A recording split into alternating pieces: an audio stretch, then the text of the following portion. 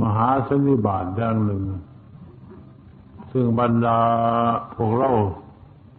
ก็ได้มาร่วมกันหลายทินหลายทางแสดงว่าเป็นผู้ที่มีศรัทธาเลื่อมใสในทางพระพุทธศาสนาคือวันนี้ก็เป็นวันสำคัญอย่างเฮาสิเลยเว้าสู่กันฟังมาเรื่อยๆคือเป็นวันมาฆบูชาวันมาฆบูชาเป็นอย่างนี้ทุกทินทุกแห่งและทุกบ้านทุกเมืองผู้ที่เลื่อมใสในพระพุทธศาสนาก็เลยเตรียมดอกไม้ธูปเทียนเพื่อมาเวียนเทียนระลึกถึงคุณพระพุทธพระธรรมพระสงฆ์ให้เรื่องเล่านี่เป็นเรื่องเป็นเครื่องกระตุ้นเตือนจิตใจของบรรดาพุทธผู้ที่เลื่อมใสในพระพุทธศาสนาระยะนี้เป็นระยะที่จะได้แนะนำวิธีการต่างๆเพื่อปรับปรุงความเข้าใจของบรรดาพวกเราทุกคนเริ่มแรกก่อนที่จะกล่าวถึงเรื่องเหล่านี้ก็ขอให้พากันตั้งอกตั้งใจพิจารณาใครควรดึงสติจิตใจของตนให้มีสติสังวรระวังพิจารณาอยู่สละให้รับความสงบสงัดการพูดจาปราศัยก็ให้เยียบไปตลอดถึงการกระดุกกระดิกต่างๆนานาถ้าหากว่าเฮามีกิริยาอาการอย่างอื่นอยู่แล้วเรื่องเล่าต่างๆสิได้กล่าวหรือเว้าไปแล้วสิบ่เข้าใจจะต้องอาศัยการค้นคิดพิจารณาไปในตัวว่าแม่นว่าสักแต่ว่าฟังได้ยินเสียงแล้วก็สิแล้วไปโลดต้องให้เข้าใจรู้จักเนื้อเรื่องต่างๆที่เพิ่นกล่าวไปเพื่อเฮาจะได้น้อมนำไปฝึกหัดดัดแปลงชีวิตนิสัยของเฮาอีกทีหนึ่งบ่แม่นสักแต่ว่าฟังให้ได้ยินซื่อๆต้องใครควรพิจารณาอ่านไปนำการฟังของเฮาจึงสิได้ผลเต็มทีอันนี้ตามเรื่องของเพิ่นจะว่าให้มีการเคารพทั้งกายทั้งวาจาทั้งคิดใจให้เคารพต่อพระพุทธพระธรรมพระสงฆ์พุ่นละบ่แม่นว่าเคารพต่อผู้เว้าผู้เทศน์ผู้กล่าวเองดอก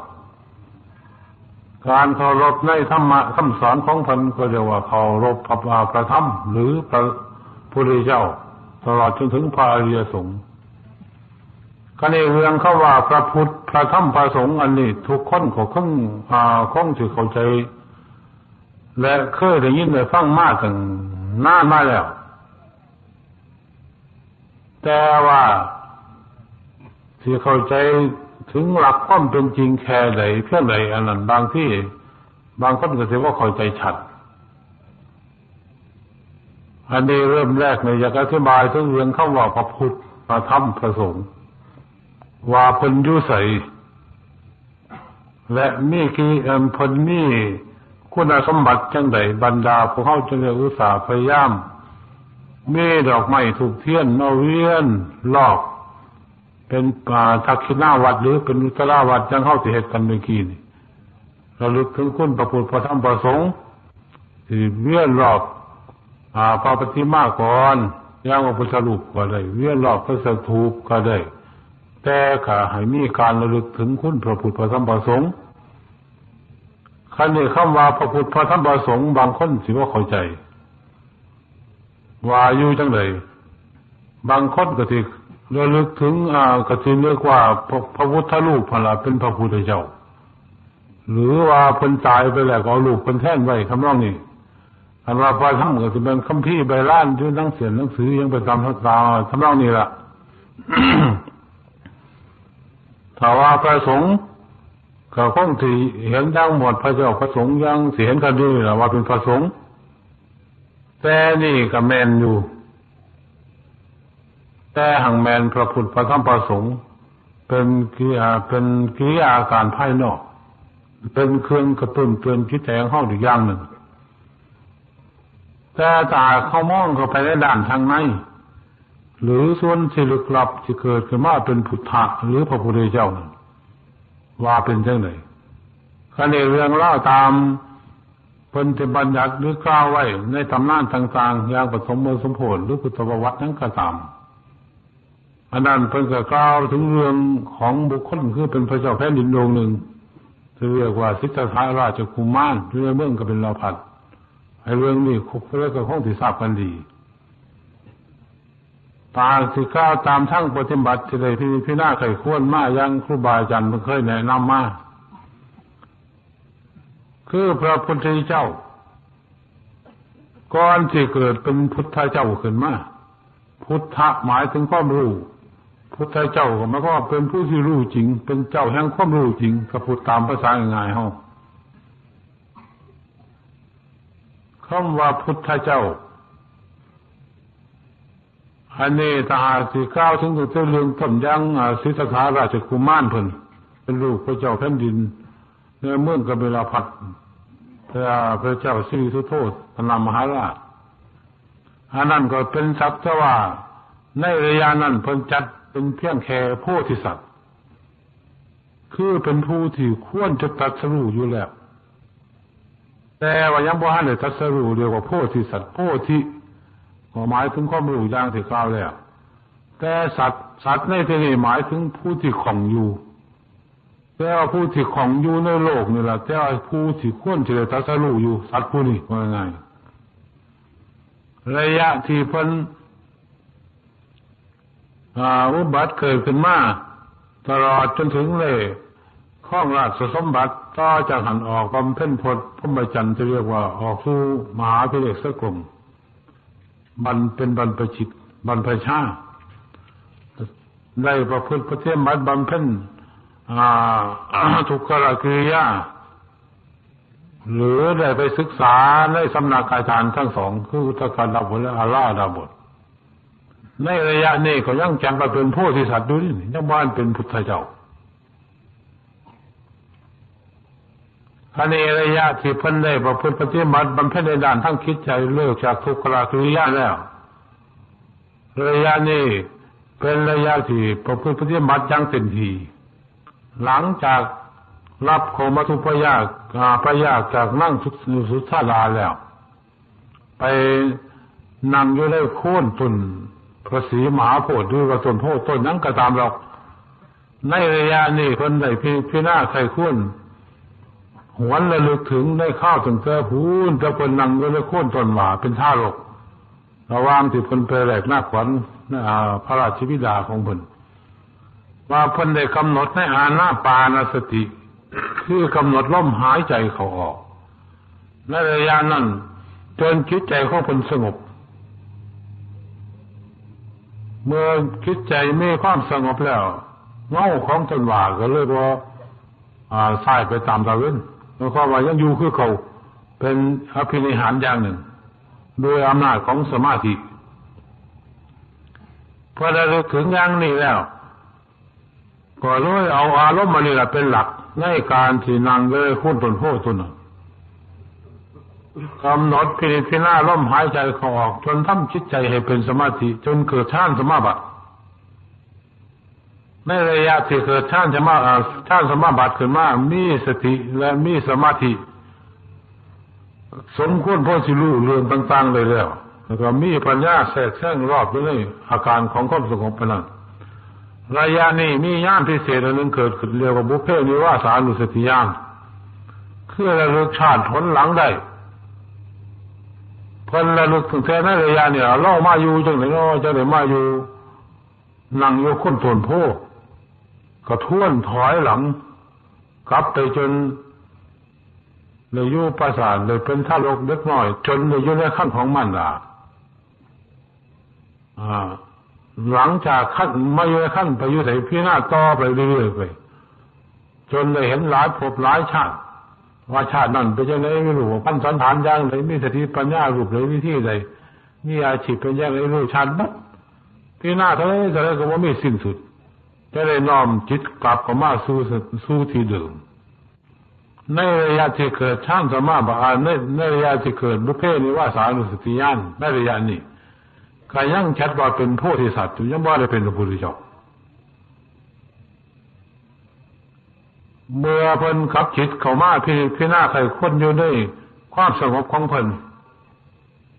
ระยะที่อยู่ในโคนต้นโพในระยะนี้จิตใจจะดิ่งสู่ความสงบยิ่งกว่าเก่าเนื่องจากไปเห็นภพชาติหลังซึ่งเป็นมาด้วยความทุกข์ยากลำบากกรรมต่างๆนานา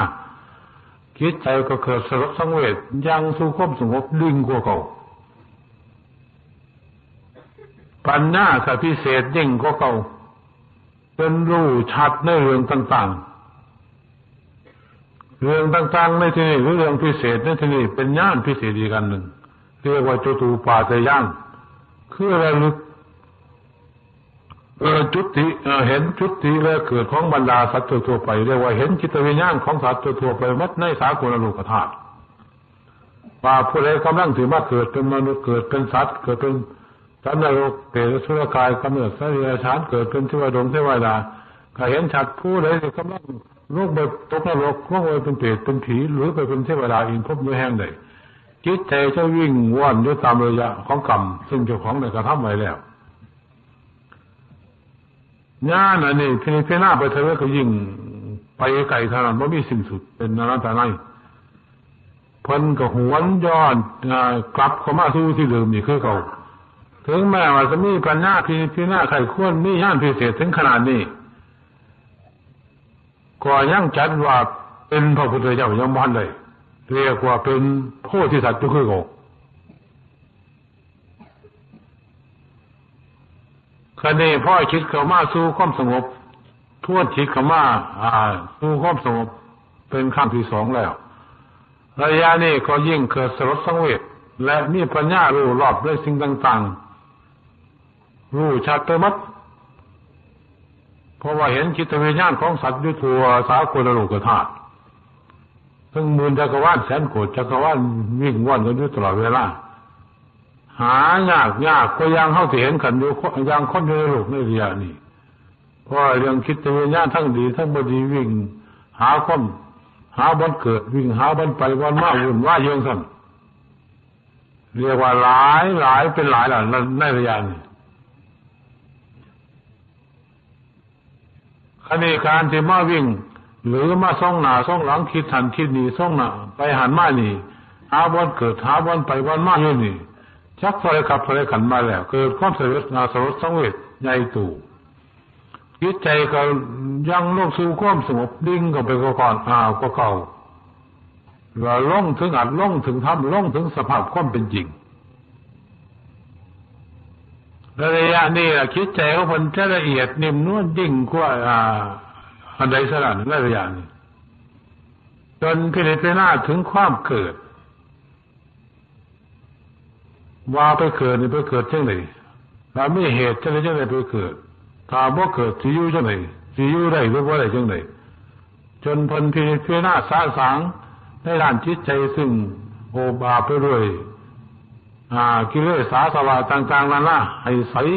แจ๋วบริสุทธิ์ไปเลยเพิ่นก็เรียกว่าคนพบถึงตัวความไม่รู้คือความเขาที่เรียกว่าเป็นตัวอวิชชาซึ่งเป็นตัวภพตัวชาติตัวก่อเหตุก่อเรื่องจนเพียงแค่หน้ารู้เรื่องเมื่อร้อยตัดกระแสความบ่เกิดเลยตัดกระแสความเกิดเลยคือว่าไม่อยากเกิดเพราะว่าเห็นทุกข์เห็นยากในเรื่องความเกิดความแก่ความเจ็บความตายมาจากตัวขับตัวขันมาแล้วปัญญาความรู้เรื่องของ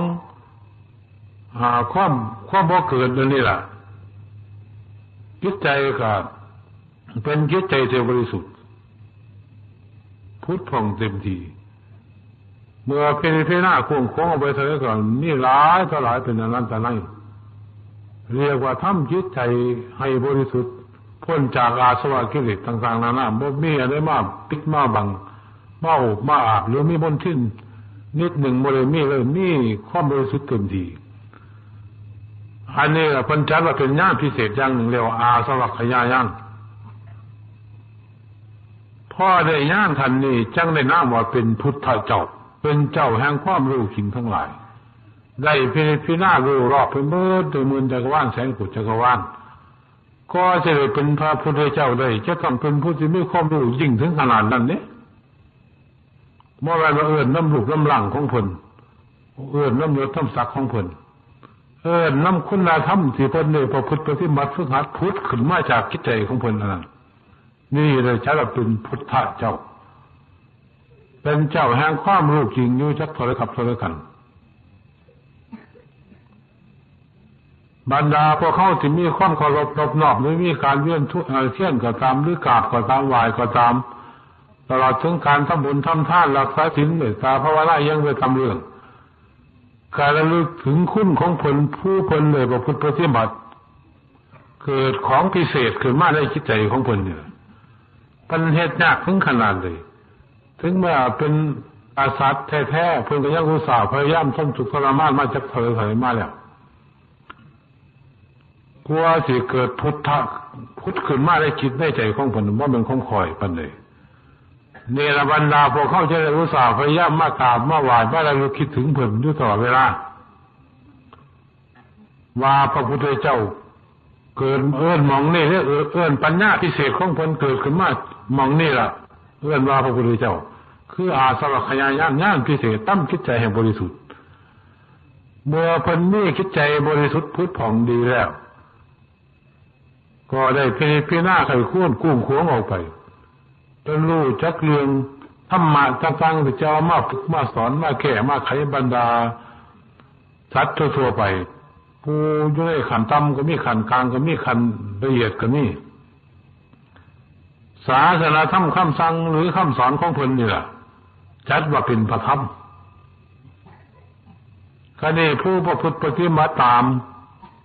คำสั่งหรือคำสอนของเพิ่นนี่เพิ่นจัดว่าเป็นพระอริยสงฆ์เรียกว่าพระสงฆ์คือหมู่ใหญ่นี่ถ้าเข้าพูดเข้ามาในด้านภายในพระพุทธเจ้าเกิดขึ้นแล้วคือพุทธะเกิดขึ้นแล้วนั่นเป็นพุทธะในด้านภายในก่อนจะเกิดพุทธะขึ้นพอเกิดพุทธะขึ้นแล้วความรู้ต่างๆที่พุทธะรู้ไปนั่นจัดว่าเป็นพระธรรมการที่ได้ประพฤติปฏิบัติมาจนถึงเกิดพุทธะนั่นเป็นใจเราเป็นพระสงฆ์ถ้าพูดถึงด้านภายในนี่เป็นนั้นว่าพระพุทธพระธรรมพระสงฆ์ร่วมจุดอยู่ในตัวของคนเฮาแต่ละคนถ้าหากเข้าประพฤติปฏิบัติถึงจุดนั้นแล้วส่วนพระพุทธพระธรรมพระสงฆ์ทางนอกก็อย่างที่กล่าวแล้วหั่นล่ะฉะนั้นพระพุทธพระธรรมพระสงฆ์เพิ่นนี่จัดว่าพระรัตนตรัยคืออื่นหรือว่ารัตนะยังก็เอาก็สิว่าไปเป็นแก้วอันประเสริฐเฮาจะได้น้อมเข้ามาเป็นที่ระลึกคิดถึงการระลึกการกราบการไหว้การเคารพนอบน้อมก็เรียกว่าเคารพนอบน้อมในธรรมะของเพิ่นจะเป็นสัจธรรมคือเพิ่นเป็นเจ้าแห่งความรู้จริงเมื่อเคารพของเพิ่นก็เรียกว่าเคารพตัวเขาคือกันว่าพระพุทธพระธรรมพระสงฆ์ถ้าพูดมาอีกอย่างหนึ่งมีอย่างนั้นพวกเขานี่แหละถ้าเข้าว่าพึงปฏิบัติขึ้นเต็มทีแต่ว่าถ้าผู้รู้ประพฤติปฏิบัติขึ้นในระยะนี้ซึ่งเข้าได้รู้หรือได้เฮียนได้รับคำสั่งคำสอนจากพระพุทธเจ้าผู้ประเสริฐขึ้นในโลกแล้วสิเอิ้นว่าพระพุทธเจ้าสัมมาสัมพุทธะบ่ได้ต้องเป็นสาวกพุทธะก็เรียกว่ามีความรู้คือกันก็เรียกพุทธะคือกันคือความรู้พิเศษที่จะยกระดับที่จิตใจของตนให้ขึ้นเหนือระดับโลกก็เรียกว่ามีพระพุทธพระธรรมพระสงฆ์เต็มที่ในตัวของเผยของมันนี่แหละอธิบายถึงเรื่องพระพุทธพระธรรมพระสงฆ์ให้เข้าใจในรูปนี้นี่พูดถึงในด้านสายปฏิบัติ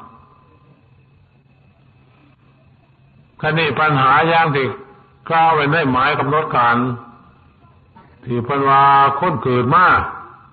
จากไสเกิดสิมาอยู่จังได๋ก็สิไปไสตายแล้วว่าซั่นอันนี้เป็นเรื่องของสมหาเป็นกำหนดแต่ว่าก็สิว่าให้ฟังจักหน่อยอันนี้ก็ได้บางคนก็สิอยากรู้จักอันไหนมันเป็นคนเจ้าอะไรผู้ใดตายเจ้ามันผู้อยู่ ถ้ามันพูดไม่ไปอันนี้เขาก็ยังว่าวางเข้าแรกนี่ก็พอที่สังเกตได้นี่ตาแค่กล่าวถึงเรื่องการมากเกิดอันนี้พูดให้กับพ่อสิหูจักด้วยแล้วพ่อชิรังล้านเนี่ยเพราะว่าตามสมรมตำราก็มีในทางคิดวิทยาคุณกับก้าวไว้กาล้านในวิชาของฝรั่งอังกฤษแต่ว่าในด้านวิชาการทางพระพุทธเจ้าทางพระพุทธองค์ซึ่งในสมรมตำราโดยก็มีอยู่แล้วแต่อันนั้นก็ยกไว้เป็นเรื่องของผลตามทางพิจารณาในด้านสายปฏิบัติอันนี้ก็สิขอฝากฝังไว้เพื่อให้เป็นแนวทางในการที่จะพิจารณาเบิ่งว่าสิแม่นหรือบ่แม่นควรหรือบ่ควรจังได๋อันนี้ให้ขึ้นอยู่กับผู้ฟังแต่ว่าผู้เว้าก็สิเว้าเรื่อยๆไปให้เฮาพิจารณาเบิ่งเอาคันนี้ถ้าแค่พิจารณาในด้านสายปฏิบัติอันนี้ก็เป็นของสำคัญอยู่เหมือนกันเริ่มแรกก่อนเฮาที่จะมาเกิดเป็นมนุษย์หรือเกิดเป็นผู้เป็นคนอันนี้ทางสิว่าคุ้งโขงมันก็มันคุ้งคนเราเชื่อย่อยเล็กน้อยทั้งนอกถ้าพูดตามความจริงให้ความรู้สึกคิดนึกซึ่งฝังอยู่ในชีวิตจิตใจของเฮานี่เพื่อก็มีกันอยู่ทุกผู้ทุกคนเพิ่นเลื่อนไว้จิตเลื่อนไว้ใจเลื่อนว่ามโนมนัสยังเอาสิว่ากันไปดอกตามภาษาสมุติของโลกไอ้ธรรมชาติรู้วันนี้ซึ่งฝังอยู่ในชีวิตจิตใจของเฮาเดี๋ยวนี้หากธาตุสี่อันนี้มันแตกสลายออกจากกันตามสมมุติที่เฮาว่าตายแต่แล้วความจริงเขาไม่ได้ตายไปเสียเขาแปรสภาพไปสู่ธาตุเดิมของเขาซื่อๆดินก็ไปเป็นดินน้ำก็ไปเป็นน้ำลมก็ไปเป็นลมไฟก็ไปเป็นไฟแต่ว่าเฮายืมเขามาใส่หรือเอาของเขามาประชุมเขาเป็นก้อนหนึ่งให้เขาเดินไปตามหน้าที่ของเขาลมมีหน้าที่พัดไปพัดมาก็พัดไปพัดมาไฟมีหน้าที่ให้ความอบอุ่นก็อบอุ่นไปส่วนดินกับน้ำต่างมีไฟครับลมแล้วมันก็พัดไปพัดมาอยู่เป็นธรรมดาทิ้งได้ไปได้มาได้อย่างเฮาเห็นกันเนี่ยแต่ว่าถึงระยะแล้วเขาก็คงจะสลายไปสู่ดินน้ำลมไฟคือเขาเพราะว่าเฮาเอาของเขามาใส่โซ่ข้างโซ่ข้าว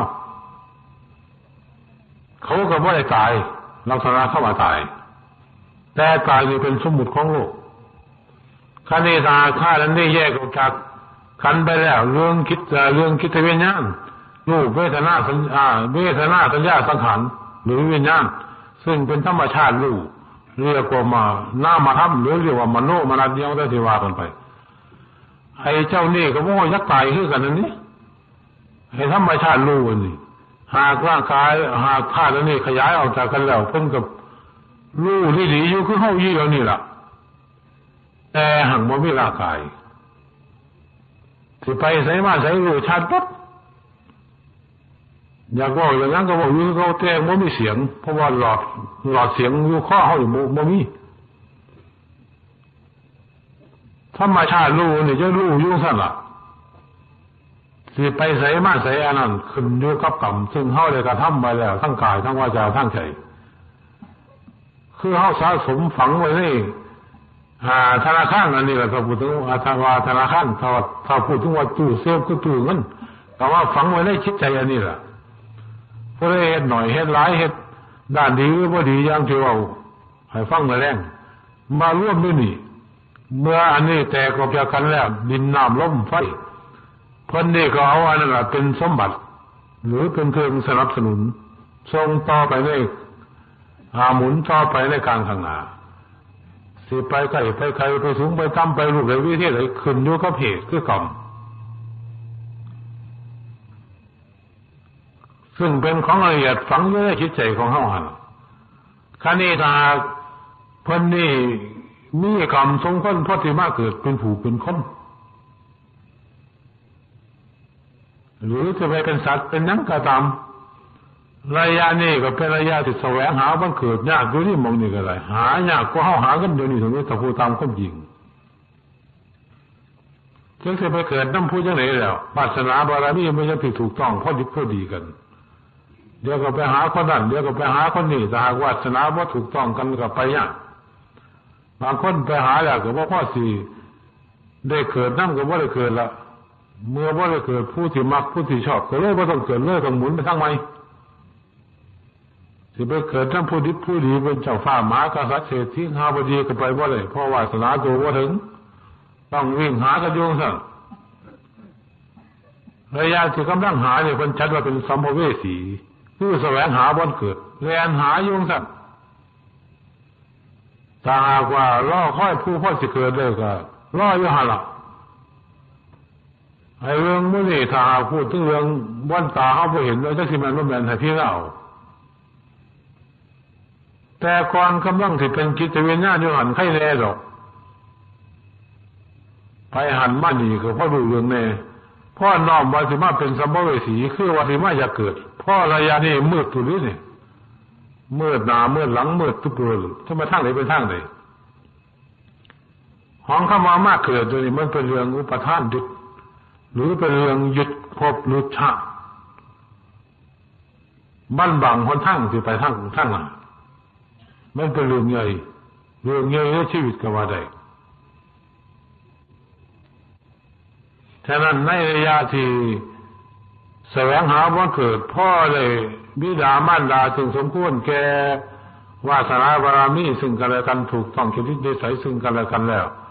ระยะนี้ก็ต้องมาปรึกษาหารือกันซะก่อนในระหว่างพ่อผู้ที่เป็นพ่อผู้ที่เป็นแม่ว่าจะให้เกิดได้หรือบ่จังได๋สิรักษารับผิดชอบในความเป็นอยู่เพียงใดแค่ใดสิรักษาบริหารรักษาไปฮอดไสสิทำร้ายกันหรือบ่จังได๋ผู้ลูกก็ต้องปรึกษาพ่อปรึกษาแม่ผู้แม่ก็ต้องปรึกษาลูกต่างคนต่างทำสัญญาซึ่งกันและกันเป็นกลัวสิร่องรอยกันแล้วก็เลยจังเข้าว่าปฏิสนธิได้ถ้าหากว่าซั่นก็สิมาทำร้ายกันก็ได้ง่ายๆผู้ที่มาอยู่ในผู้ที่เป็นลูกที่มาทำร้ายแม่ก็ได้ง่ายๆผู้แม่ที่ทำร้ายลูกก็ได้ง่ายๆถ้าหากว่าสัญญากันไปในด้านจิตวิญญาณในด้านภายในแต่แล้วถึงขนาดนั้นมันก็ยังมีการกระทำกันอยู่เรื่อยๆได้ระยะซึ่งโลกเขาเห็นกันในปัจจุบัน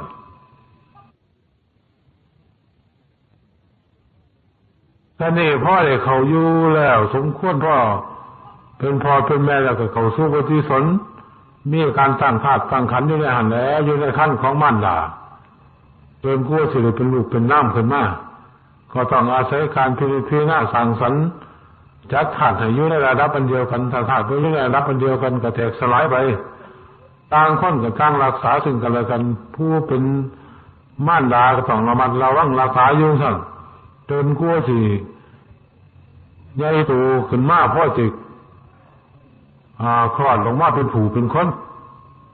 ระยะนี้เขาจะต้องมีภาระเกี่ยวกับการสร้างธาตุสังขารเฉพาะเป็นข้อคอยปานนี้นี่ไปทนทุกข์ทรมานอยู่ในสถานที่คับแคบนั่นก็ตั้ง9 เดือน10 เดือนอันนี้ก็ต้องทุกข์กันเต็มทีอันนี้เพิ่นจัดว่าเป็นมหันตทุกข์ทุกข์บอกแก้ไว้แล้วแต่ว่าเขาบ่รู้จัก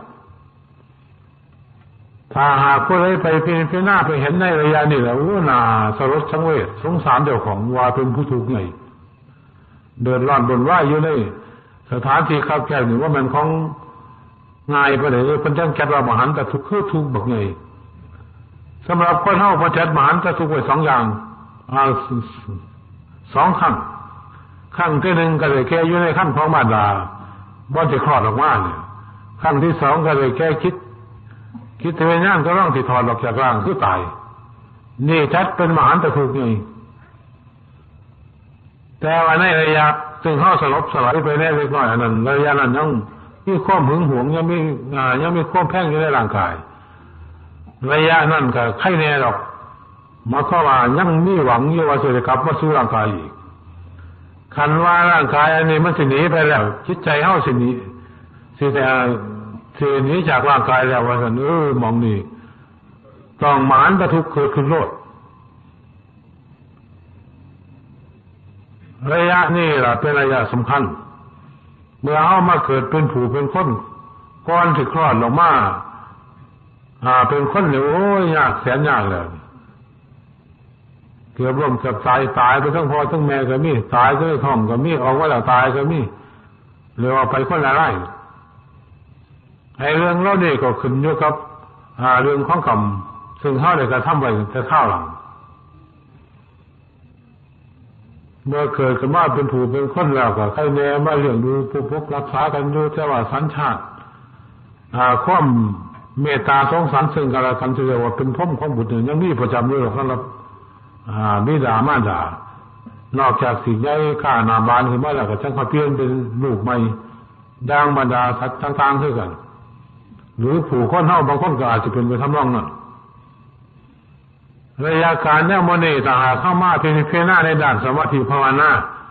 จนคิดสงบจิตอยู่ในอำนาจของคิดของเฮาแล้วเฮาสามารถที่จะไปเข้าสู่บุติสนเบิ่งว่ามีความทุกข์แค่ไหนขนาดไหนหมายความว่าพิจารณาถอยหลังไปอย่างที่กล่าวแล้วอันนี้เฮาจะเห็นรสชาติของความเกิดว่ามีความทุกข์แค่ไหนขนาดไหนตลอดถึงการตายว่ามีความทุกข์ขนาดไหนแค่ไหนเราล่องทนล่องตายมันก็ยังไงต่อเมื่อเฮาประพฤติปฏิบัติจิตใจอยู่ในอำนาจแล้วอันนี้เป็นเรื่องสำคัญแต่เรื่องความเกิดของคนเฮาถ้าพูดตามความจริงแล้วก็มาจากอำนาจของกรรมง่ายๆอย่างเฮาที่ว่ากันมาแล้วเนี่ยกรรมซึ่งแสดงออกทั้งกายทั้งวาจาทั้งคิดใจทั้งกรรมดีกรรมบ่ดีผลก็ทั้งดีทั้งบ่ดีอย่างเฮาเห็นกันอยู่ซื่อล่ะไอ้เรื่องที่มาเกิดจากบิดามารดาอย่างนั้นแล้วเมื่อเกิดขึ้นมาแล้วอันนี้มันได้คุกคีกับอารมณ์ของโลกร้อยอันพันประการก็สิเปลี่ยนแปลงไปตามการเวลาไปในระยะนี้เป็นของสำคัญคราวนี้เมื่อเฮาเกิดขึ้นมาแล้วถ้าสิปรับปรุงเจ้าของให้เข้าอยู่ในหลักธรรมคำสอนของพระพุทธเจ้าระยะนี้ก็นวดีหลายผู้รู้สึกคิดนึกแล้วมีความห่วงความอะไรเมตตาสงสารเจ้าของอย่างบรรดาพวกเขาถือมาร่วมกันดังมือนี้ก็แสดงว่าเป็นผู้เมตตาสงสารหรือต้องการจะให้เจ้าของมีความสุขความเจริญปราศจากเวรภัยต่างๆนานาเขาจะได้มาศึกษาค้นคว้าและหลักธรรมคำสอนของพระพุทธเจ้าเพื่อจะแก้ไขการประพฤติปฏิบัติของเขาให้เป็นไปในทางที่ดีในระยะที่อยู่นี่ก็ต้องเป็นผู้ที่คนขวดถึงหลักสิ่งธรรมอย่างนี้เราจึงจะเป็นไปเพื่อความเจริญในการต่อไปเราจึงจะรักษาฐานะของมนุษย์นี้ไว้ได้ถ้าคนว่าไม่ธรรมะในกันจะเรียกว่าเป็นมนุษย์ธรรมบ่เป็นคนโดยสมบูรณ์หรอกอันนี้ยากเลยครับมาเกิดเป็นคนหนึ่งก็เพราะมันข้องงายไปหลายภพหลายชาติหลายครับหลายกันไอ้เรื่องเรานี่เป็นเรื่องที่เฮาควรคิดและพิจารณาเบิ่งถ้าเกิดขึ้นมาเป็นคนมีการประพฤติปฏิบัตินอกเหนือไปจากคำสอนของพระพุทธเจ้าแล้วว่าจะต้องเป็นไปในทางธรรมแล้วเมื่อเราไปแล้วสั้นเดียวเราก็สิครับขึ้นมาเป็นคนง่ายๆอย่างนี้ว่าระยะนี้เป็นระยะที่จะต้องเป็นไปนะกลัวสิหวนกลับมาเลยว่ามันคล่องคอยแต่ละภพแต่ละชาติมันมาเพื่อเฮาหลดเลยเรื่อยมันไปกันบักใหญ่ตากลับมาอีกครั้งนึงเราก็เลยหลงอีกนับบ่อีกคือเอาหั่นล่ะอันนี้เป็นเรื่องเกี่ยวกับจิตวิญญาณซึ่งเฮาพิจารณาเบิ่งแล้วสิเห็นเป็นเรื่องใหญ่เรื่องบักใหญ่แล้วในโลกธาตุนี้ก็เป็นขนาดสงสารสำหรับผู้ที่บ่ได้คิดบ่ได้นึกหรือบ่ได้อ่านถึงชีวิตความเป็นอยู่ของเจ้าของจักหมุนไปโลกในวิธีใดไอ้เรื่องเหล่านี้ก็เป็นหน้าที่ของนักปฏิบัติธรรมหรือพวกเข้าพุทธิมาวัดมาว่าควรพิจารณาเบิ่งให้ดีเมื่อเวลาเข้ามาเพิ่มเข้ามาลุ่มมาหลงมาลุ่มหลงไปตามอารมณ์ต่างๆซึ่งจิตใจได้เสกสรรขึ้นเข้าเพื่อสิมาสงบสงัดพิจารณาเบิ่งคิดใจของไผของมันซะก่อนเข้าบ่คันมีความสงบนี่เลยมากกันอยู่บ้านมันก็แล่นหอแล่นหอบอยู่นี่เราแม่นอนอยู่ไปแล้วก็ยังไปอยู่นอนหลับอยู่ก็ยังฝันไปซาท้ายอยู่ดีหันมาฟังเทศน์ฟังธรรมหรือว่าฟังข้อมูลล้มก็ให้สงบไปจังไรแล้วก็ดีด้วยล่ะ เมื่อกี้สิดิ้นคนทุกคนยังหางขี้โคขาดอยู่เรื่องคิดใจของคนให้เป็นหน้าเบิ้งในแม่เรื่องของผู้ใดก็ได้แต่เรื่องอารมณ์ทางของโลกหรือของทางบ้านทางเรื่องก็ให้เฮาสงบไปจักหน่อยซะก่อนบ่แม่นเรื่องที่เอามาเอาแข่งกันนี่แล้วต้องเป็นหน้าเบิ้งให้มันดีไอ้เรื่องมื้อนี้ล่ะเป็นหน้าที่ของบรรดาพวกนักปฏิบัติธรรมให้เฮาสังเกตสังกาเข้ามาในด้านจิตใจของไปของมันเวลามันคิดเวลามันนึกเวลามันปรุงมันแต่งเวลามันส่องหน้าส่องหลังไปตามอารมณ์มั่วเมาของโลกการรู้จักเรื่องเจ้าของเนี่ยหันว่าเป็นผู้เป็นคนนอกจากที่ว่าเป็นคนเรื่องของคนเฮาผู้ที่เป็นศีลเป็นธรรมนี่จะเรียนว่าคนนี่จะเรียนว่ามนุษย์นี่ถ้าบ่ทักภาษาของมนุษย์ก็เรียกว่าเป็นคนนี่ไอ้เรื่องเหล่านี้ล่ะเป็นเรื่องซึ่งเฮาควรสังวรระมัดระวังเพราะว่าในฐานะที่เฮามาสงบสงัดมาในวัดป่าหรือมาในสถานที่สงบเงียบต้องการความสงบสงัดในด้านจิตใจกายวาจานี่ก็ต้องให้สงบแต่ปานนั้นมันก็ยังบ่ได้สังเกตถึงเหตุการณ์ในเรื่องของใจถึงมันส่องหน้าส่องหลังไปหันมานี่มันหาคุกคาที่ส่องหน้าส่องหลังส่องหามันไปหน้าไปหลังไปหาเจ้าของบ่ดีมาทับถมเจ้าของนั่นเองเมื่อจะไปหาของที่พ้องดีเพราะปันใดหาทางก็บาปก็กรรมยุ่งสั่นกายเฮ็ดบ่ได้ว่าจาก็บ่ต้องว่าไปยุ่งสั่นจิตใจก็ไปเฮ็ดไปทำไปสร้างฮ้อนเราอยู่คือจังไฟไม่แก็บนี่เองสิให้เพิ่นมาสงบจักนิดนึงนี่ก็ทั้งงามอันนี้เรื่องจิตใจของคนเฮามันต้องคอยบ่เห็นหลักเป็นธรรมบ่เห็นสภาพความเป็นจริงแม้นว่าคนที่แสดงอยู่บ่ได้ก็ตามเทศอยู่บ่ได้ก็ตามเมื่อว่าเทศถึงจะยังเฮาเว้ากันอยู่เดี๋ยวนี้บรรดาสรรพสิ่งทั่วไปในสากลโลกธาตุเขาเจ้าแสดงหรือเทศให้เฮาฟังอยู่ทุกระยะแสดงความเปรียบปรวนแปรปรวนวันไหวแตกดับอยู่สั่นตลอดเวลาทั้งห่อนทั้งหนาวทั้งเจ็บทั้งปวดทั้งสิลมสิตายเห็นแสดงกันอยู่สั่นนั่งกันนั่งอยู่ยากเฮ็ดจังได๋ก็อยู่บ่ได้ก็เนื่องจากความเดือดร้อนของใจคือมันส่องหน้าส่องหลังอันนั้นให้เรื่องเราดีให้เฮาพิจารณาเบิ่งแน่เพื่อสิได้เบิ่งเหตุการณ์ของใจว่ามันส่งไปจังได๋มันมาจังได๋เฮามาเกิดสิเฮามาจังได๋เกิดแล้วเราสิอยู่จังได๋สิอยู่เฮ็ดจังได๋อย่างนี้มาถ้าสิตายสิไปจังได๋อย่างนี้ไอ้อันเรื่องเรานี่เฮาก็เลยเว้ากันอยู่มาบ่เท่าก็เรียกว่าเป็นไปตามอำนาจของกรรมเรื่องตายก็เลยเบาแล้วยังเมื่อกี้นี่แหละถ้าขาดอันนี้มันแตกสลายออกไปแล้วคิดตัวง่ายคือความรู้สึกคิดตัวสนิทมันก็จะอยู่ที่เขานี่แหละแต่แล้วถึงแค่กรรมมันจะสนับสนุนส่งต่อไปในลูกอย่างนี้ที่ไหนอันนั้นขึ้นอยู่กับพ่อเหตุชาวถ้ำหมู่เขาจะสิส่งไปใส่สิมาไปใส่มาใส่ยู่ใส่ไปใส่อันนั้นเป็นเรื่องของเขาเห็นมั้ยคือจะเขาอยากมาวันเสร็จก็เป็นเรื่องของเขาเขาอยากไปบ้านก็เป็นเรื่องของเขาเขาอยากนั่งอยู่ซื่อก็เป็นเรื่องของเขาเขาอยากว่ากันก็เป็นเรื่องของเขามันจะเป็นเรื่องของผู้ใดอยู่หั่นเป็นเรื่องของเจ้าของคิดขึ้นว่าไปว่าไปนึกไปก็เป็นเรื่องของเขาทั้งนั้นมันบ่มีผู้ใดสิมาบังคับบัญชาบ่มีผู้ใดสิมาถ้าไม่เฮาเป็นไปได้นอกจากตัวเฮาเองที่เรียกว่าจิตเจตนาเป็นคิดขึ้นในด้านจิตใจในด้านภายในหั่นล่ะอันนี้ขอให้พากันคิดพากันนึกและที่พากันพิจารณาเบิ่งแต่ละคนเกิดขึ้นมาก็จะได้ความดีหลายได้ความสุขความเจริญหลายสร้างยศถาบรรดาศักดิ์ก็จะได้หลายรูปประพันธ์สันฐานก็จะได้หลายให้เป็นผู้มีรูปร่างสวยงดงามตามประเพณีของโลกที่เขานิยมกันว่าเป็นนางงามนางอย่างเมือง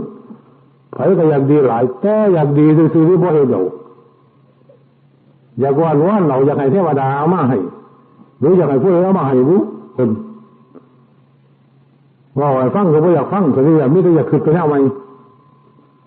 เพิ่นปันดอกเพราะกันกับมาหน่อยอยู่ไฟเพิ่นบ่มักไอ้เรื่องมื้อนี้มันจะเป็นเรื่องบ่อยากเฮ็ดบ่อยากทำเรื่องหาทางออกหาทางหลีหาทางหลบหาทางสร้างบาปสร้างกรรมมาใส่เจ้าของอยู่ซั่น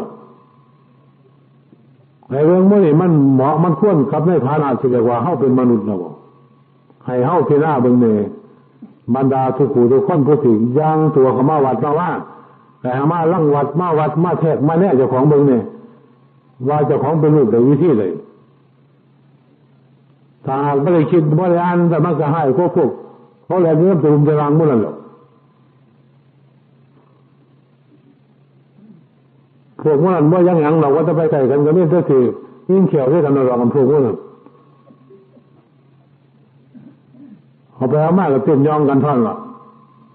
คือบางทีคนทั้งที่เห็นย่างไม้เห็นย่างอื่นว่าจะเห็นอะไรเฮียยังว่าเลี้ยกินเลื่อยไปกับพุทธพูดไปตลอดบ่ยังหนาจะหลังเรากับพวกมันไอ้เรื่องมนุษย์ของคนเฮาในระยะนี้กำลังที่หวนขับไปสู่ล้านไฟตำเลยด้วยเรื่องของคิดใจหรือฐานะของใจบ่ว่าแต่ผู้ใดซึ่งเป็นเกิดขึ้นมาในยุคนี้ในระยะนี้เพราะว่าเรื่องของโลกมันกำลังมาทับถมบุญว่าอยู่นับบ่ได้เลยตาพูดอีกอย่างหนึ่งก็เรียกว่าเป็นวัฒนธรรมของฝรั่งเผยแพร่เข้ามาในประเทศไทยเขาไม่ได้นับถือศาสนาพุทธหรอกแต่ว่าไทยแห่งเป็นผู้นับถือศาสนาพุทธแห่งแรงเหินน้ำเขาว่ามันกู้ว่ามันจีว่ามันสวยว่ามันงามไปตามเรื่องของคนผมบอกพูดว่าเด็กน้อยทั้งบ้านเด็กน้อยมันจะนุ่งสินมันเป็นเรื่องนี่มันเคยนุ่งเสื้อผ้าคือคัดนุ่งเสื้อผ้าว่าแต่ก็หน่อยทำไมเราสินในนุ่งมันสิเฮียโร่หน่อยก็มึงก็เรียกว่าเห็นว่าสวยเห็นว่ากู้ว่าเก๋นักเขาจะเคลื่อนสักการตัวนี้ยังไม่หน่อยนี่คือต้องพึ่งมันก็มีเท่านึงเท่านึง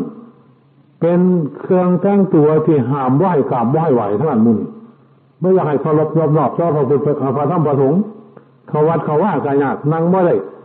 อันมูเซ่กางเกงคับๆนั่นก็นั่งบ่ได้คือกันเท่านั้นตอนนั้นพอใส่ว่าแต่ก็ไปนอนกับเพื่อนลูกยังนั่งได้เรื่องมื้อนี้ไม่ใช่แต่มันเฮ็ดป้องกันไม่ว่าอยากกราบว่าอยากไหว้ว่าอยากเคารพรอบๆเจ้าพระพุทธพระธรรมพระสงฆ์ตลอดจนถึงบิดามารดาผู้เฒ่าผู้แก่พุ่นน่ะเรียกว่าเป็นเครื่องแต่งตัวของพวกคิดดีให้เบื่อเรื่องตามภาษาของเขาว่าจังหลังบ่มีศาสนาพุ่นไอ้เรื่องจิตใจของคนเฮากำลังสิหวนกลับไปในรูปนี้สำหรับเด็กน้อยวัยรุ่นในระยะนี้เราว่าได้คำนึงถึงศีลถึงธรรมนักเขาว่าจะเคารพพ่อฮอนแม่บ่เคารพผู้น้อยผู้ใหญ่ล่ะอยากไปตามเรื่องเขาเจ้าของซะไอ้เรื่องของมื้อนี้มันว่าอันบ่เคารพผู้อื่นแล้วมันสิเสียผู้อื่นนี่มันเสียเจ้าของหั่นนี่มันบ้านหัวเมือเจ้าของบ่รู้เจ้าของพอบ่ฮู้จักว่านี่เป็นของดีของดีบ่จักว่านี่เป็นของบ่ดีนึกว่าใจเจ้าของชอบอย่างเลยแต่ว่าแม่นั้นเป็นของดีอันนี้เพิ่นเทียบไว้คล้ายๆก็ว่าให้เฮาสังเกตเรื่องบรรดาสัตว์ทั่วไปอย่างลิงเฮานี่นะผู้ใดก็เคยเห็นตัวลิงแม่นเดียวท่องคำหรือแก้วแหวนแสนจริงหยังก็ตามเพราะว่าไอ้เพิ่นมื้อนี้เพิ่นบ่อยากได้หรอกมัวซ่าหรอกแต่ลองเอาเตียงน้อยเขาป่วยมาให้ไว้ในบ้านให้ธรรมญาโตเพิ่นเห็นว่ามันของดีเห็นแค่กินทันนี้กันเนี่ยเราของดีของดีกว่านั้นบ่จักเรื่องหรอกไอ้เรื่องของจิตใจของคนเฮาซึ่งบ่เคยอบรมในด้านศีลธรรมบ่อบรมในด้านธรรมะ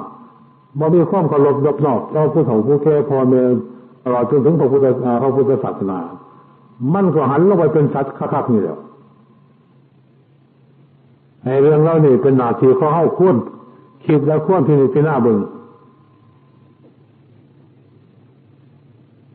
เพราะว่าทุกคนก็ต้องการความสุขความเจริญในชีวิตของเจ้าของในฐานะที่เกิดขึ้นมาเป็นคนมาเป็นมนุษย์ก็ให้มีความดีความดีเป็นเครื่องหมายของคนดูแลจังหน่อยกับใครอยู่แลนี่ล่ะนี่จังหน้าจังหลังจังอะไรเป็นคนจังอะไรว่ามันคนมีแต่หูซ้ำตุ๊กตานี่แต่กิริยามารยาทความเป็นอยู่ซึ่งแสดงออกทั้งกายทั้งวาจาตลอดจนทั้งจิตใจมันเลิกกลายเป็นอย่างอื่นไปแล้วถ้าหากเป็นไปในรูปนี้ก็เป็นชีวิตที่เต็มไปด้วยนาทุเรศสงสารเนี่ยเราเฮาสิว่าสงสารตัวของเฮาหรือว่าจะสิไปยังไหนต้องไหนว่าจะได้เฮ็ดตามใจเจ้าของมักว่าเป็นเราโลดหรือก็เฮ็ดไปหน้านั้นมันก็เฮ็ดได้คือว่าหั่นล่ะแต่เพิ่นบ้านย่านบ้านเห็นทุกข์เห็นยากได้ระยะเพิ่นกำลังหวงร่างกายสังขารนี่เพิ่นบ่เมื่อหรอกบัดร่างกายสังขารหรือธาตุที่นี่แปรสภาพออกไปพุ่นล่ะมีแต่คิดวิญญาณอย่างเดียวอันนี้เพิ่นสิ หาแล้วพึงพึ่งอาศัยได้ยากหรอกตาก็เลยว่ามีบุญกุศลก็ที่มีแต่บาปแต่อกุศลอาจจะไปเป็นมูเป็นพวกลากข้อไปว่าไงไม่ใช่ลากไปแก้เลยล่ะระยะนั้นเป็นระยะที่ร่างกายเขาบ่มีหวังแล้วเขาปล่อยถึงร่างกายซึ่งเขาเคยหึงหวงมาแต่ก่อนตาบ่มีแล้วก็สิหาเลยเป็นที่พึงพึ่งอาศัยนอกจากบุญกุศลคือความดีเป็นเขาได้สร้างไว้ทั้งกายทั้งวาจาทั้งจิตใจเท่านั้นไอ้ความดีอันนี้แหละบุญกุศลซึ่งเข้าฝังไว้ในจิตในใจซึ่งในกระทำทั้งกายทั้งวาจานี่แหละจะเป็นเพื่อนสองหรือเป็นครูชีวิตจิตใจที่นำทรงต่อไปหลายภพหลายชาตินำจิตวิญญาณไปจะได้เกิดขึ้นในภพหลายชาติหลายภูมิเลยพอเป็นเรื่องความดีก็ความไม่ดีเลยที่นำทิศต่อยหอยตามเรื่อยไปเป็นพอเป็นแม่ดูแลปกปักรักษาอยู่ตลอดเวลาถ้าคนที่สั่งเอาบ่ดีก็เอาตรงที่บ่ดีเราเป็นครูชีวิตจิตใจถ้าสั่งได้ดีก็มีได้ดีเราเป็นครูชีวิตจิตใจบัดห้าได้บ่ดีมากเราก็จะเยอะสะห้องจะให้ท่อนมาผันต้มเจ้าว่าเจ้าของในทุกข์ว่าเนี่ยว่าทุกข์ว่าเนี่ยว่าบ่โอ้บ่เกี่ยวว่ามีโรคมีภัยหลายๆบ่คือบ้านคือเมืองคนเราเรียกว่ากันไปเราคนจมด้วยปลายเหตุสิมาแก้ปลายเหตุมันแก้ว่าอะไรหรอกคันบ่แก้ตั้งแต่ต้นเหตุแก้ต้นเหตุต้องแก้ตั้งแต่การประพฤติปฏิบัติในระยะที่เฮาเป็นมนุษย์อยู่นี่ล่ะในระยะที่เฮาเป็นคนถ้าบ่แก้ได้แล้วเท่านั้นบ่มีทางหรอกเดี๋ยวนี้เกิดมาแก้หรือยังนี่เกิดมาเตรียมการที่จะเดินไปสู่ความบริสุทธิ์นี่บ่แก้บ่เฮ็ดบ่ทำมันอยู่ในมนุษย์โลกฉะนั้นมนุษย์โลกคนจังจัดว่าเป็นสถานย่านต่างในการบำเพ็ญคุณงามความดีความบ่ดีก็มาเฮ็ดอยู่นี่ล่ะเป็นอย่างว่าผู้ที่เกิดขึ้นมาเป็นมนุษย์หรือเป็นผู้ที่หาได้ยากเป็นผู้ที่มีหลักสักการหลายคิดโฉมนุสัพพติลาโภยังป้าทิพย์เป็นข้าวไว้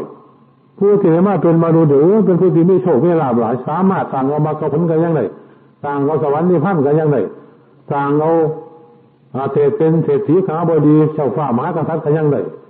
ถ้าจะเอาไปในด่านฝ่ายดีเป็นเจ้าฟ้าเป็นพญาจักรพรรดิที่รักกันยังไงถ้าผู้ต้องการบ่ดีก็สั่งเอาล่องไปทั้งตำบลและทั้งอบายโลกทั้งเปรตสุรกายกำเนิดเสวยฐานด้วยสารโลกไปเลยมั้งสามารถสั่งก็ได้มนุษย์โลกในทั้งมั้งผู้ที่เอาไปที่วัดไหนบ้านบำเพ็ญบารมีอยู่นี่พระพุทธเจ้าทุกๆองค์ก็มาสั่งบารมีอยู่นี่แหละทั้ง10 ทัศหรือ30 ทัศย่างบารมีคือท่าอุปบารมีและปรมัตถบารมีสั่งก็ได้โลกมนุษย์นี่มั้งพระเจ้าทุกๆองค์ก็มาสั่งอยู่นี่พระอริยเจ้าทุกๆองค์ก็มาสั่งอยู่นี่มนุษย์ทุกโลกทุกน้ำก็ต้องมาสั่งอยู่นี่สิไปนรกเปรตสุรกายหรือว่าเป็นสัตว์เป็นหยังก็ต้องมาสั่งอยู่นี่มั้งแต่ว่าด้านบ่ดีก็เลยไปทางบ่ดีด้านดีก็เลยไปดีแล้วแต่ได้เหตุซึ่งเฮาเฮ็ดเฮาทำไว้ในกายในวาจาในใจของเฮามีรายได้แนะนำในวิธีการฝึกหัดดัดแปลงเจ้าของหรือในวิธีการสร้างเหตุสร้างผลสร้างคุณงามความดีให้เจ้าของที่จะนำตัวเฮาไปเกิดไปอยู่หม่องใดแก่ใดไปได้รับความทุกข์ความยากแก่ใดขนาดใดอันนี้เฮาเพิ่งเข้าใจว่าขึ้นอยู่กับการกระทำของเขาที่เรียกว่าเป็นตัวกรรมก็หมายถึงการกระทำคือเหตุเมื่อมีเหตุแล้วผลก็จะต้องเป็นไปตามเรื่องของเหตุหน่อยผลหน่อยเหตุหลายผลหลายสิ่งนี้จากหลักของเหตุนี่เป็นไปว่าอะไรทั้งนั้น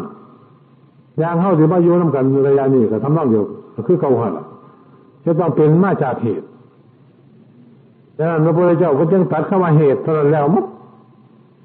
เมื่อเหตุจังไรผลก็ต้องจังสั่งคือการกระทำของเฮาทุกอย่างที่จะเป็นไปในทางดีทางบ่ดีก็เรียกว่าเป็นการสร้างเหตุมีอะไรแนะนำในวิธีการพิจารณาธรรมะในวันมาฆบูชา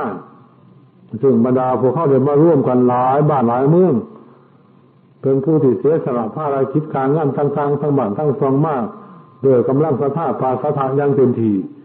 เดินมาร่วมกันอยู่ในวัดว่าแห่งนี้แหละจะเรียกว่าเป็นวัดป่าขุนเมืองอำเภอชัยภูมิก็คงจะเป็นปฐมฤกษ์ก็คือเขาเลยมาร่วมกันในระยะที่เขาเกิดขึ้นมาในยุคนี้ในระยะหมู่เฮานี่แล้วต่อไปทางนาบางที่กาที่มีโอกาสจะมาร่วมกันกาเป็นได้หรือบางที่บางคนบางทีไปสู่ ผลของการกระทำมาจากของไปก้อนถ้าอาจเป็นได้เพราะว่าชีวิตความเป็นอยู่ของเฮาก็เปลี่ยนแปลงไปเรื่อยๆเป็นไปทุกระยะเป็นไปทุกเวลามันแสดงอาการอยู่ที่แตกที่ดับให้เฮาเบิ่งอยู่ทุกระยะทุกลมหายใจเข้าออกก็ว่าได้ความเจ็บความแก่ความตายแสดงอยู่ซั่นเพราะว่าสิ่งเหล่านี้เฮาเอามานำแต่มือเฮามาปฏิสนธิคือมาเกิดขึ้นมันก็แสดงท่าทางที่ครับแปรสภาพไปสู่ธาตุดินน้ำลมไฟคือเขาหั่นดังนั้นบรรดาพวกเขาที่มีโอกาสมาพบปะกันได้หรือบ่อันนั้นเป็นอีกเรื่องหนึ่งกันนี่อย่างที่เขาจะมาร่วมกันอย่างนี้เพิ่นเรียกว่าเป็นญาติพี่น้องกันเป็นบุพเพกตปุญญาตาซึ่งทรงมาถึงแต่พุทธกชาติหรือถ้าพูดอีกอย่างหนึ่งก็เรียกว่าเป็นญาติกันในการประพฤติปฏิบัติธรรมญาติธรรมปฏิปันโนโหติก็ว่าได้ปฏิบัติไปตามอย่างหนึ่งเป็นญาติกันในการประพฤติปฏิบัติศีลธรรมลักษณะเข้ามาญาติพี่น้องซึ่งเป็นผู้ที่ใกล้ชิดกันย่างญาติพี่น้องสายโลหิตย่างโลกที่เขานิยมกันอันนั้นก็เรียกว่าเป็นญาติบ้านเกิดเป็นพี่น้องกันเมื่อวานญาติในทางธรรมะคำสอนของพระพุทธเจ้าเป็นกล่าวไว้นี่ข้าวายญาติหมายถึงเป็นผู้ที่ใกล้ชิดหรือเป็นผู้ที่สนิทสนมนี่ความเห็นอันเดียวกันนี่การประพฤติปฏิบัติเสมอกันนี่ทิฏฐิเสมอกันเพิ่นจังจะได้เป็นญาติคือเป็นผู้คุ้นเคยกันสนิทสนมกันใกล้ชิดที่สุดลูกผู้ใดบ้านไหนเมืองไหนก็ตามคนจะได้เป็นญาติพี่น้องกันถ้าเป็นลูกพ่อเดียวแม่เดียวกันแต่ว่ามีความเห็นไปต่างกันบ่ถูกกันผิดกันที่ขาดที่แกงกันยังแล้วแต่ที่เฮ็ดกันไปนั่นเรียกว่าเป็นญาติกันเป็นคู่กับคู่เล่นกันก็ว่าได้นี่ขอให้บรรดาพวกเขาดีใจที่ได้มาร่วมกันประพฤติปฏิบัติศีลธรรมอย่างมื้อนี้มีการฟังเทศน์ฟังธรรมกันมาหลายกันเรียกว่าคล้ายๆกับว่าตลอดวันก็ว่าได้เฮาก็พยายามบำเพ็ญขันติธรรมกันตลอดมื้อก็ว่าได้ในอุตสาห์พยายามนั่งทนทุกข์ทรมานฟังเทศน์ฟังธรรมพิจารณาไปได้อย่างนี้ตามกำลังศรัทธาความสามารถของฝ่ายของมันแล้วก็เห็นที่สมควรกับกาลเวลาต่อจากนี้ไปก็ขอให้บรรดาทุกท่านทุกคนผู้ที่มาร่วมกันในสถานที่นี้จงให้ประสบแต่ความสุขความเจริญทุกที่ภาราธิการดีวัง